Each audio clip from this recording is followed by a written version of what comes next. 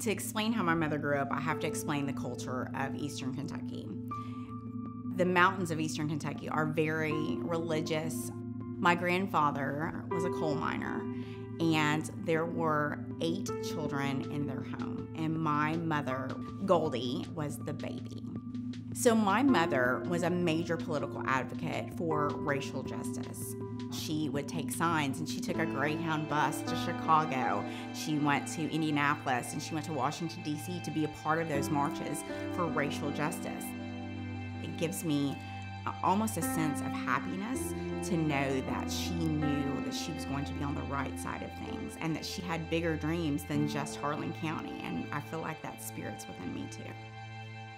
My dad, Joseph, wasn't too bad on the eyes. My mother was a single mother raising 3 girls. My father comes through town as a construction worker, and they met and things took off from there. It's something that was almost like a forbidden love, and they went ahead and pushed through with it.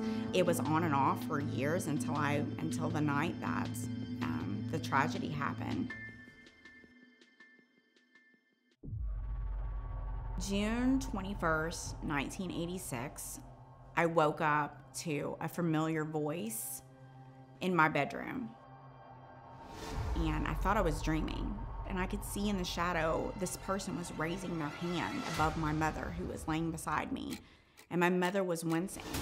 And then I felt like a cold liquid. I thought I peed the bed because I'm a little kid. And it wasn't pee, it was my mother's blood. It was Joseph Hinton. My mom, thinking that it was over, was like, just lay here, you're gonna be okay. And then he came back in the room, he came back.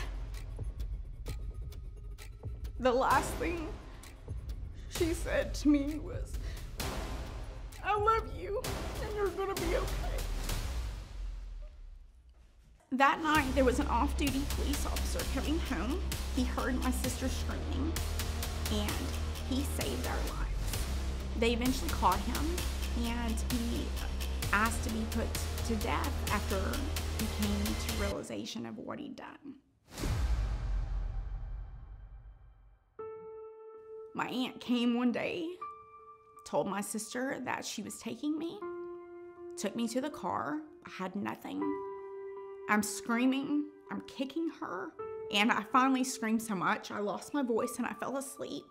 And I woke up and I was at the Pentecostal Children's Home in Barberville, Kentucky, 2.5 hours away. I lived in the orphanage from the time I was 7.5, 8 years old until I was 18. I aged out of foster care. My college experience, I walked into the dorm room like someone who was almost coming from a third world country into a modern day society. By the time I was a junior, I did an internship at the NBC affiliate in Lexington, Kentucky. That was like the best time. I literally love journalism, and I love telling people stories and putting those stories together. It's what I really thought I wanted to do. So my goal as a motivational speaker is to share my story in the hopes that others can learn from a hell of a childhood.